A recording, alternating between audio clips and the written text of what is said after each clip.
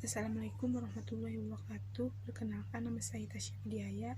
Di sini akan menyampaikan tentang bersyukur. Yang pertama, pengertian.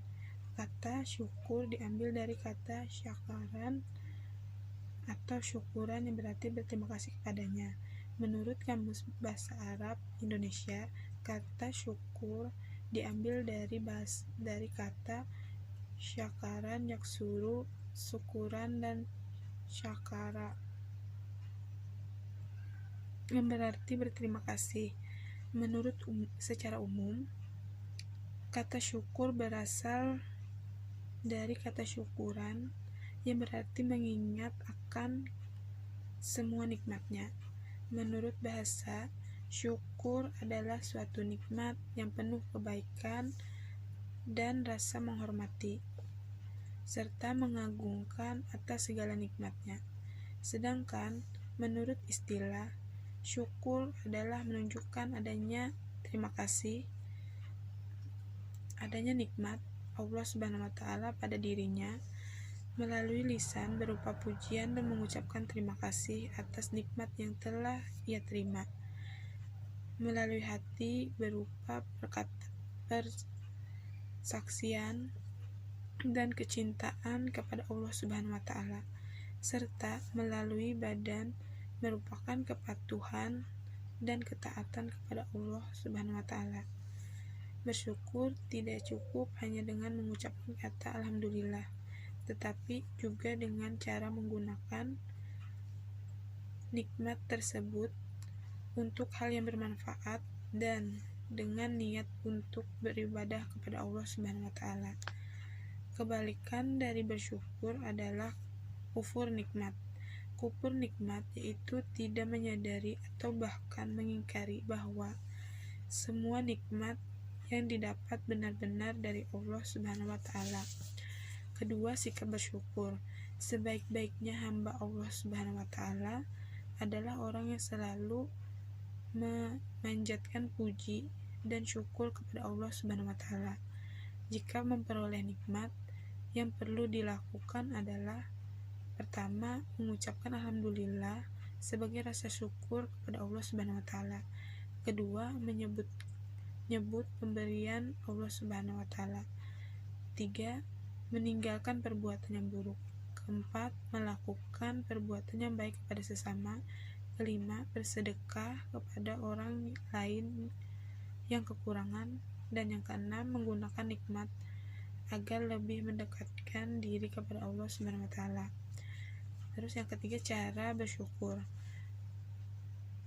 yaitu Rasulullah Subhanahu wa Ta'ala sebagai Rasulullah Shallallahu Alaihi Wasallam sebagai suri tauladan yang baik telah mengajarkan kepada kita berbagai amalan yang dapat kita kerjakan sebagai bentuk rasa syukur. Ada dua cara yang diajarkan Rasulullah Shallallahu Alaihi Wasallam dalam mengucapkan rasa syukur kita kepada Allah Subhanahu wa Ta'ala. Yang pertama, menunaikan sholat duha. Yang pertama, menunaikan sholat duha. Yang kedua, membaca zikir di pagi hari dan sore hari.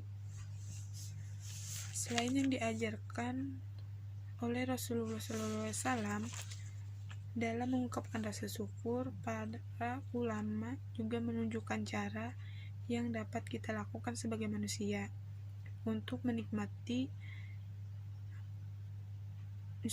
nikmat Allah Subhanahu wa Ta'ala.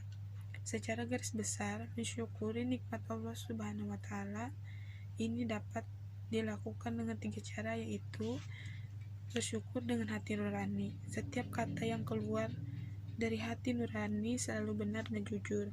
Untuk itu, orang yang bersyukur dalam hati nuraninya tidak akan pernah mengingkari banyaknya nikmat Allah Subhanahu wa Ta'ala.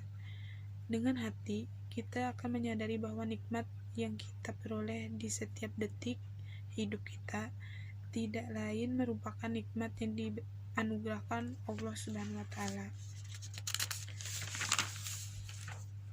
Yang kedua, bersyukur dengan ucapan lidah adalah salah satu anggota badan yang berguna untuk berbicara dan mengeluarkan kata-kata. Ungkapan rasa syukur yang paling mudah dan baik adalah dengan menyebut kalimat hamdalah atau alhamdulillah. Yang ketiga, bersyukur dengan perbuatan anggota badan yang lengkap, tanpa kekurangan atau cacat apapun, merupakan sebuah karunia dari Allah Subhanahu wa Ta'ala yang patut kita syukuri. Oleh karena itu, mari kita gunakan tubuh yang diberikan Allah Subhanahu wa Ta'ala dengan sebaik-baiknya, serta dipergunakan untuk hal-hal yang positif dan bermanfaat. Hikmah bersyukur.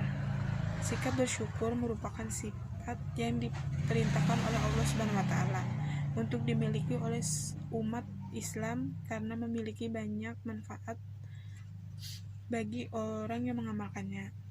Beberapa hikmah penerapan sikap bersyukur dalam kehidupan sehari-hari antara lain yaitu akan dilipat gandakan nikmat-nikmat yang lain.